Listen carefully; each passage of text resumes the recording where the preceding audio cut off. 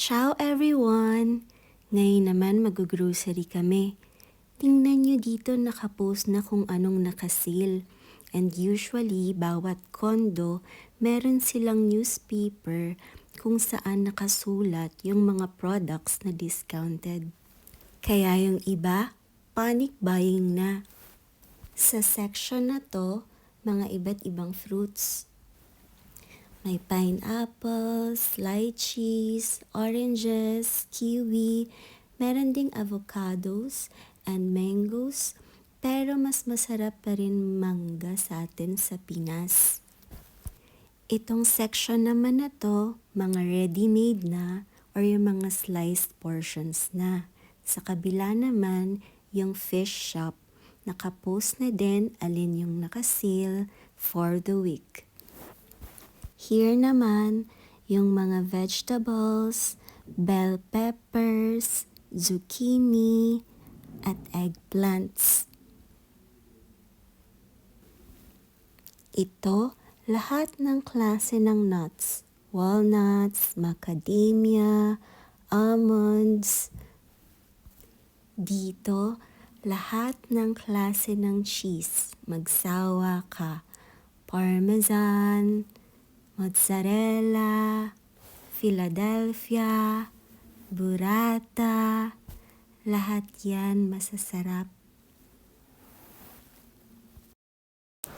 Dito naman yung eggs nila, color brown. Lahat may nakaprint na expiration date sa mismong egg. O, kumusta na ba ang presyo ng sibuyas sa atin sa Pinas?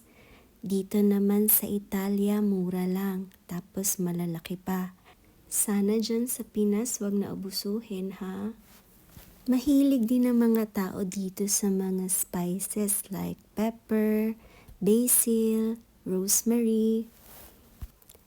Dito naman, yung fresh milk, butter, yogurt drink, iba't ibang flavors ng yogurt, or even yung plain lang. Then, yung meats naman, iba't ibang klase din. Ito yung mga cold cuts. Minsan, ginagamit siya as appetizer, pinapapak lang, pero usually as palaman. At madalas din yan ang lunch namin. Ito ang favorite section ko. Relate ba kayo? Diyan ako nagtatagal. At diyan ako madalas namimili ng pampasalubong. Usually, abang-abang sa sale. Tapos, ayan, panic buying na. Kapag nakita na yung discounted price. Syempre, i-check din ng maayos yung expiration date. Pero kapag summer, huwag kayo umasa na madaming stock or less than usual. Pero pag candies, all day every day yan. Dito naman yung mga tissues, lahat ng klase ng panglinis, matatapang lahat yan para sa sahig, banyo, pangpunas ng ibabaw, alcohol, and then yung mga detergents para sa mga clothes. Favorite ng mama namin yung Cocolino. Parang downy sa atin yan sa Pinas. Ito naman mga pesto at yung mga tomato sauce. Kapartner yan ng mga pasta. Kung sa atin, rice is life. Sa Italians naman, pasta is life. Dito naman may iba't ibang klase ng milk. Yung whole milk, skimmed milk, almond. Alam nyo dito nakukontian ako sa mga chichirya nila. Sa atin kasi ang dami, 'di ba? Iba't ibang klase, pero dito parang hindi ganoon kadami. Parang mas happy ako sa mga chichirya sa Pinas. Pero pagdating naman sa inumin, ay malulula ka dito. Hindi mo maintindihan kung alin ang kukunin mo. Oh, take your pick. Usually, kapag may mga birthdays, champagne. Kapag tamang kwentuhan lang, beer or wine, red or white. Basta na lang kami kumukuha ng kahit ano, since wala naman talaga kaming idea sa mga to. Dito sa Italy, ang dami talaga nilang wines. Iba't iba yung klase, bawat region.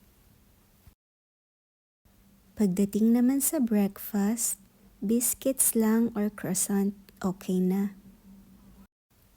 Ito naman para sa mga frozen goods. Yan yung mga mixed vegetables or iba't ibang klaseng vegetables. Name it. Lahat nandyan. Iinitin mo na lang or papakuluan or depende kung anong gusto mo. May mga seafoods din, tahong, shrimp, clams, octopus, fish. Ayan, meron ding chicken, potatoes, pizza. Meron ding ice creams. Pero miss ko yung ube at cheese ice cream sa Pinas. Natakam ako bigla.